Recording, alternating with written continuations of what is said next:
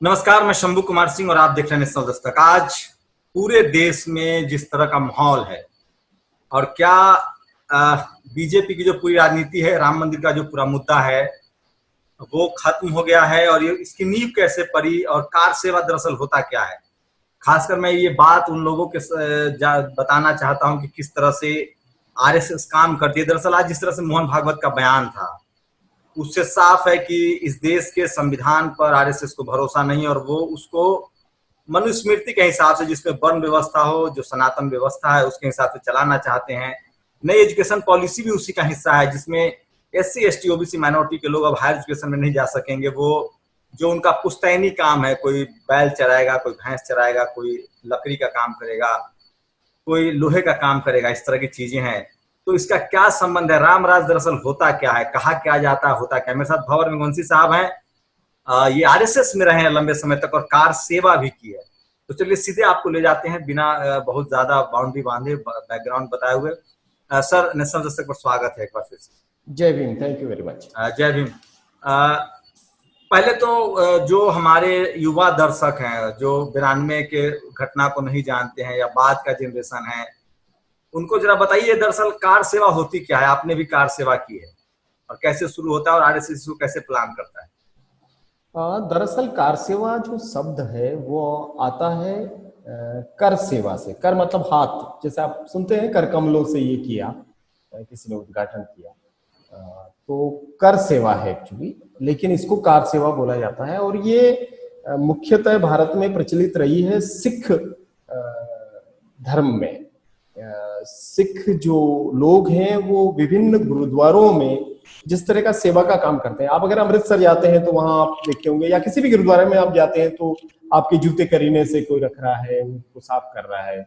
आपको लंगर में जब आप बैठते हैं तो आपको लंगर परोसा जा रहा है, आपके जो जूठे बर्तन है उसको धोया जा रहा है, या वहां पर किसी भी प्रकार का निर्माण हो रहा है तो बड़ी संख्या में जत्थे आकर के और अपने हाथों से जो काम करते हैं वॉलंटरली वर्क, उसके लिए कार सेवा शब्द इस्तेमाल होता रहा है। तो इस शब्द को वहां से लेकर के और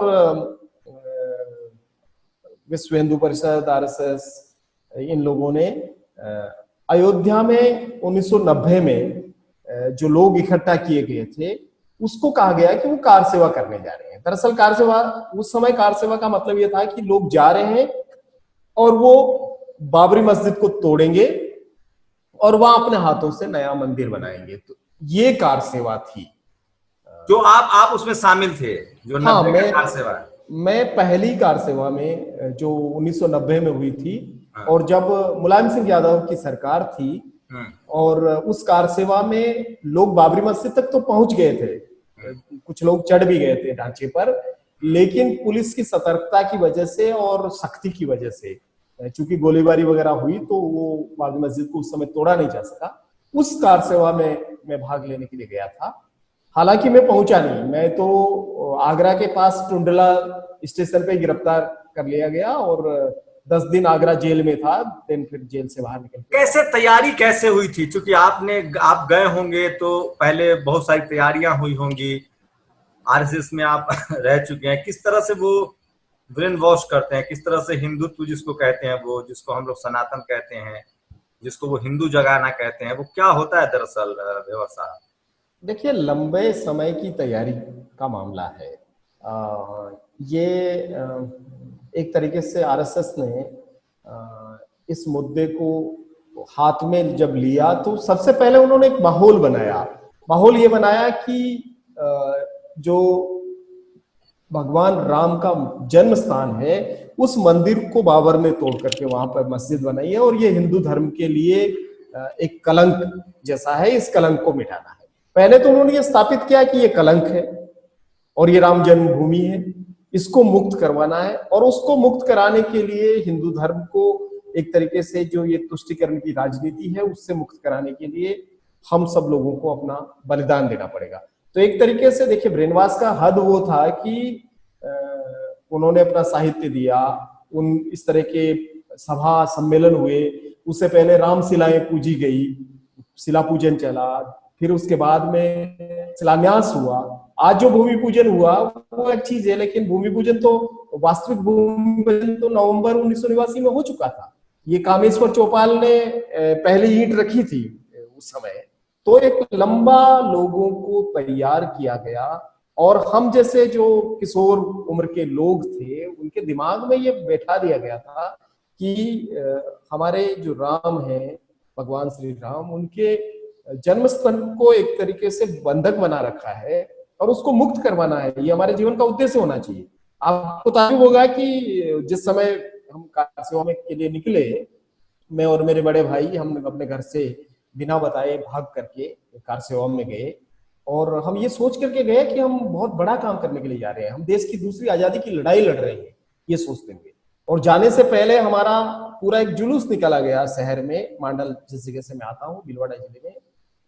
हमारे गलों में खूब सारी मालाएं डाल करके और पूरे शहर में बैंड बाजों के साथ निकाला गया। गाने गा रहे थे हम लोग कि राम के नाम पे जो मर जाएंगे दुनिया में अपना नाम अमर कर जाएंगे।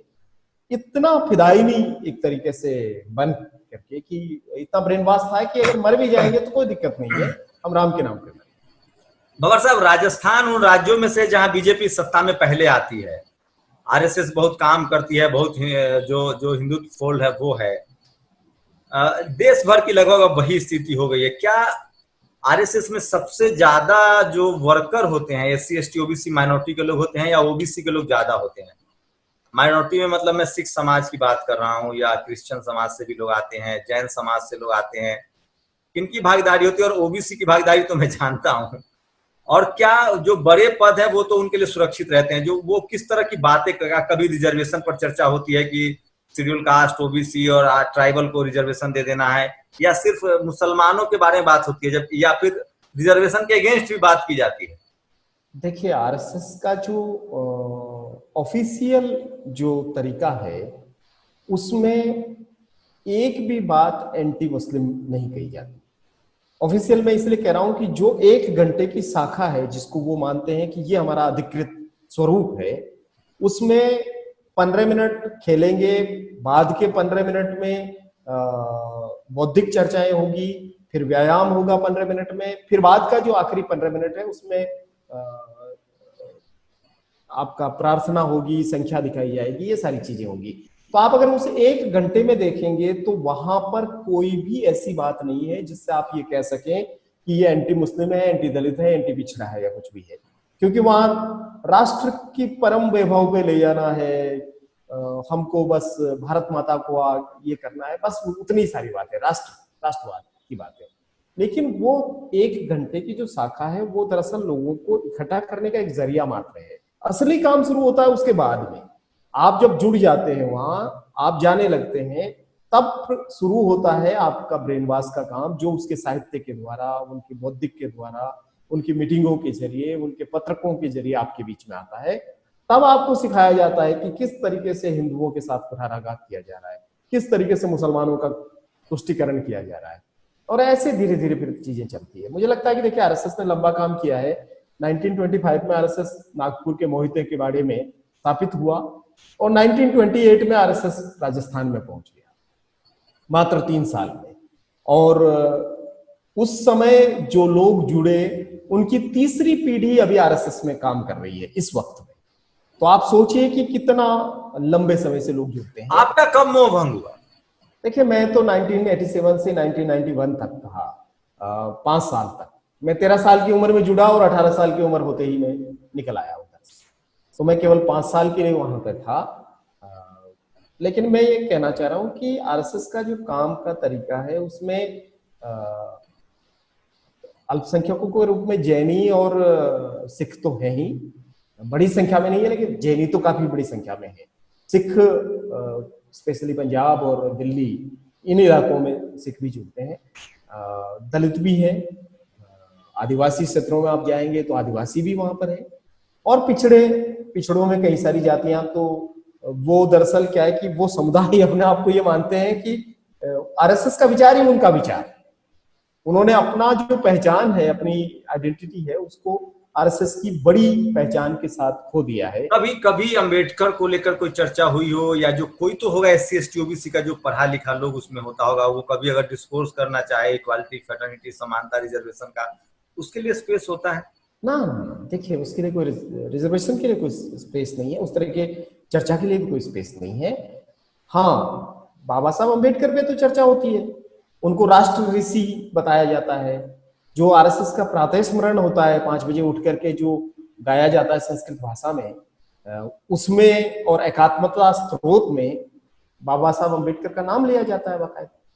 तो वो तो है, गांधी का भी नाम लिया जाता है, जिस गांधी को की हत्या करने में गोडसे उसकी विचारधारा के जो लोग थे उसका भी नाम लिया जा रहा है। और बाबा साहब की पूरी चरित्र हत्या की गई बार बाबा साहब के खिलाफ तो ये रहे पूरी जिंदगी भर, वो लोग बाबा साहब का भी नाम लेते हैं, बहुत सम्मान के साथ नाम लेते हैं, राष्ट्र ऋषि कहते हैं, प्रातः स्मरणीय कहते हैं। आप टुंडला तक गए, आपकी गिरफ्तारी हुई थी, कैसा, मतलब क्या था? मतलब आज जो लोग आपके उम्र के होंगे, जो बहुत लोग अयोध्या पहुंचे होंगे, बहुत लोग, क्या लग रहा है आज? आज एक उन तमाम, खासकर जो बहुजन समाज के लोग जो उससे निकल के आए हैं, एक गिल्ट तो फील होता होगा कि हम लोगों ने संविधान को खतरे में डाल दिया, कहाँ देश को पहुंचा दिया।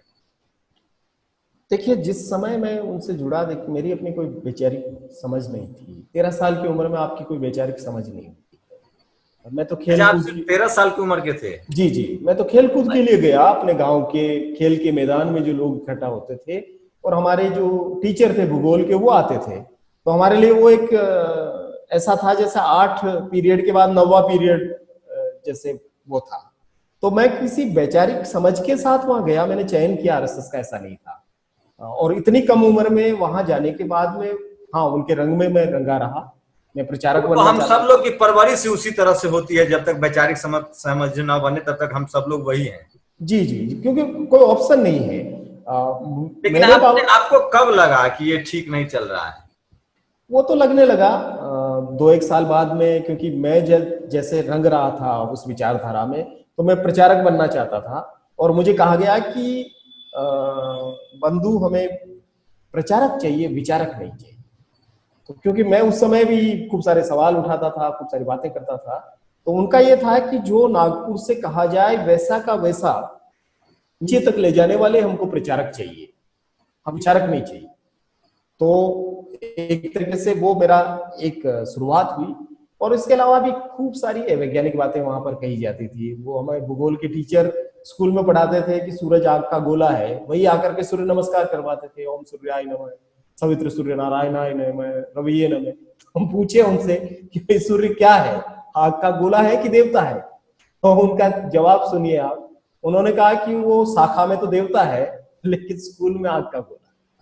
लेकिन अब क्या लगता है, अब वो समय आ गया है, क्या देख रहे हैं मेघवंशी साहब कि अब कहा जाएगा कि सूर्य एक देवता है स्कूल में भी, जो नई एजुकेशन पॉलिसी है? देखिए, मुझे लगता है कि पूरी हमारी एजुकेशन पॉलिसी को जिस तरीके से रिफ्रेम किया गया है, आने वाले समय में गोबर पर, गौमूत्र पर बड़े बड़े थीसिस लिखे जाएंगे, शोध कार्य होंगे। वो शल्य चिकित्सा वेदों में कब थी वो निकाल के लाया जाएगा, वैदिक गणित लाया जाएगा, पुष्पक विमान किन किन चीजों से बना था वो उपकरण ढूंढे जाएंगे। तो नल नील जैसे अभियंता थे उनके, जिन्होंने राम सेतु बना दिया, वो बातें आएगी। अभी हमें तैयार रहना चाहिए कि हम एक ऐसे अवैज्ञानिक अंधकार के युग में प्रवेश करने की दिशा में जा रहे हैं। और मुझे लगता है कि आज राम जन्मभूमि मंदिर का शिलान्यास नहीं हुआ, बल्कि आज भारत एक लोकतांत्रिक जो धर्मनिरपेक्ष देश है, हमारी धर्मनिरपेक्षता का अंतिम संस्कार हुआ है और हिंदू राष्ट्र की फाउंडेशन स्टोन रखा गया है। तो हम क्या नुकसान होगा हिंदू राष्ट्र से SC ST OBC का, जबकि तो कह रहे हैं कि हमें सुप्रीम कोर्ट से आदेश मिला? सुप्रीम कोर्ट से आदेश पर मैं कुछ कहूंगा नहीं, पूरा देश जानता है कि क्या सुप्रीम कोर्ट पे आदेश मिला और क्यों रंजन गोगोई जी जो है अब राज्यसभा के मेंबर हैं, ये बातें छुपी हुई नहीं है।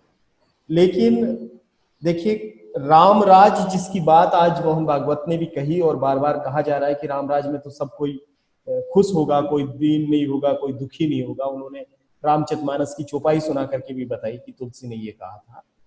लेकिन राम राज में भी तो शंभू का वध हो गया था ना, बाली की धोखे से हत्या की गई थी। राम राज में भी तो सीता को अग्नि परीक्षा देनी पड़ी।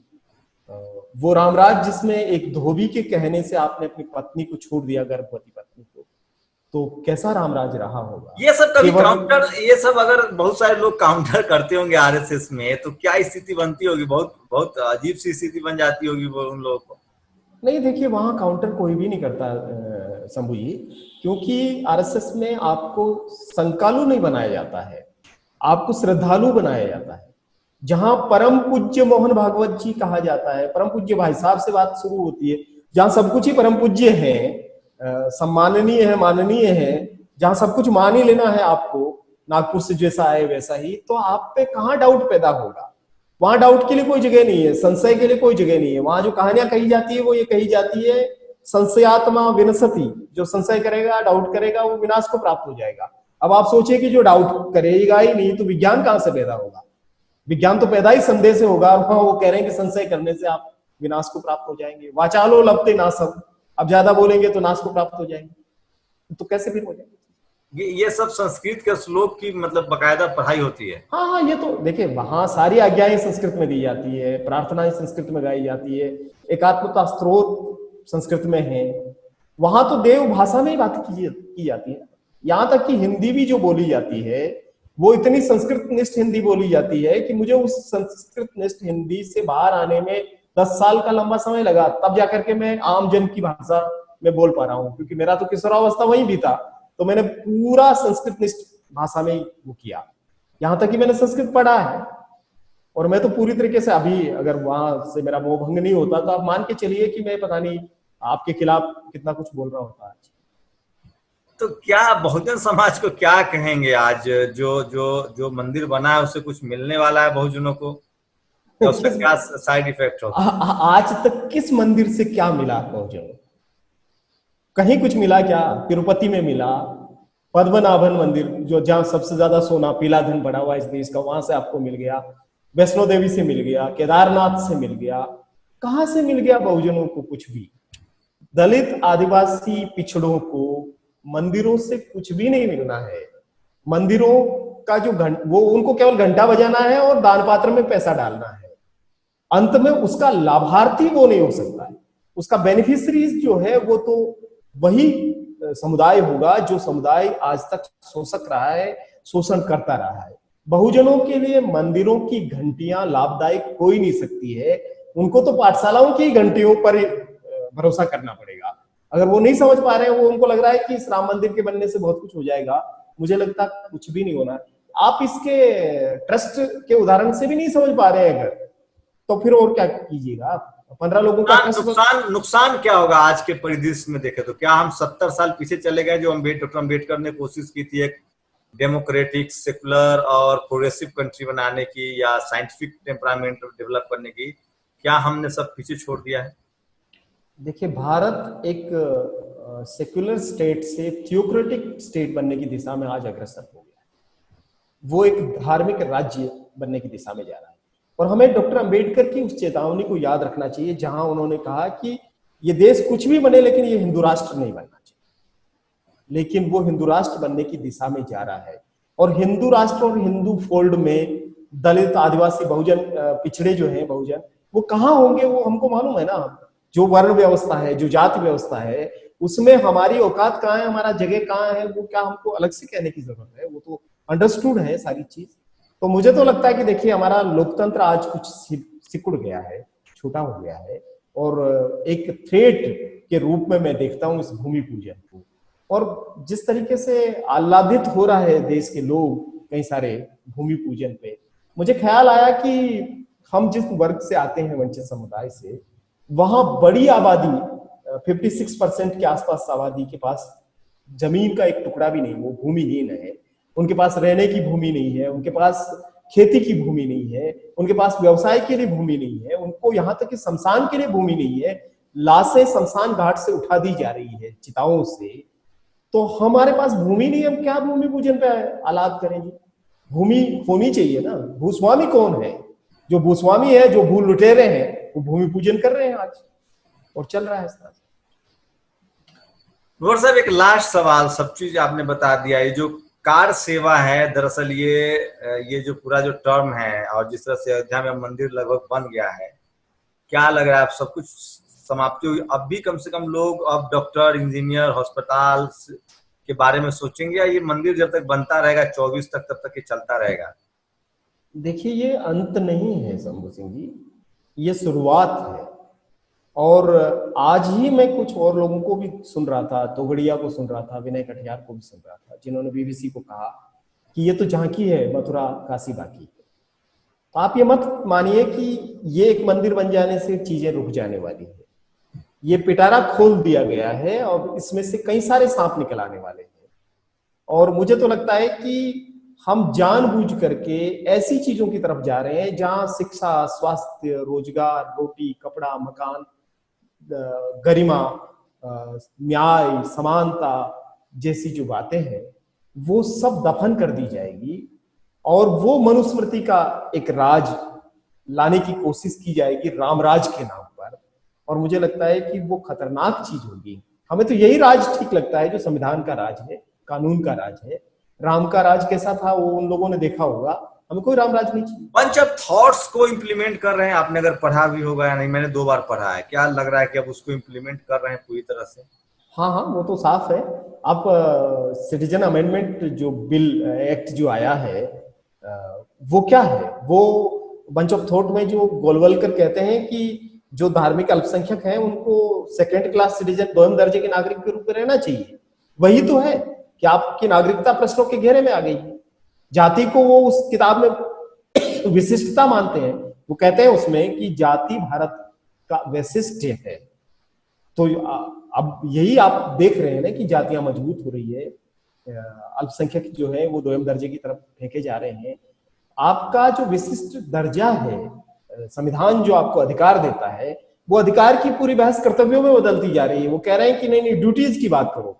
तो ड्यूटीज की बात करने का मतलब क्या है कि राइट्स तुम 3 वर्णों के पास रहेंगे और चौथा जो हमारा शूद्र वर्ण है वो ड्यूटी निभाएगा, वो कर्तव्य निभाएगा, आपकी सेवा करेगा। तो निश्चित रूप से मुझे तो ये लगता है कि हम एक ऐसा दरवाजा हमने खोल दिया है जहां हम अधिकार विहीन हो जाएंगे और हम सेवा करेंगे केवल इन लोग। चलिए, तो बहुजन समाज के लोग, खासकर SC ST OBC के लोग जो कर सेवा में शामिल थे, अब उनके हिस्से में सिर्फ सेवा बच जाएगा। शुक्रिया सर, कम समय में आपने सारी बातें परत दर परत बता दी। थैंक यू, शुक्रिया। Thank you very much. National Dastak की आपसे गुजारिश है कि अगर इसको बचाना चाहते हैं तो नेशनल दस्तक को सब्सक्राइब करने के लिए रेड कलर के सब्सक्राइब बटन को दबाएं, फिर बेल आइकन की घंटी दबाएं। नेशनल दस्तक को बचाने के लिए बहुत जरूरी है कि हर खबर को शेयर करें, लाइक करें, कमेंट जरूर करें।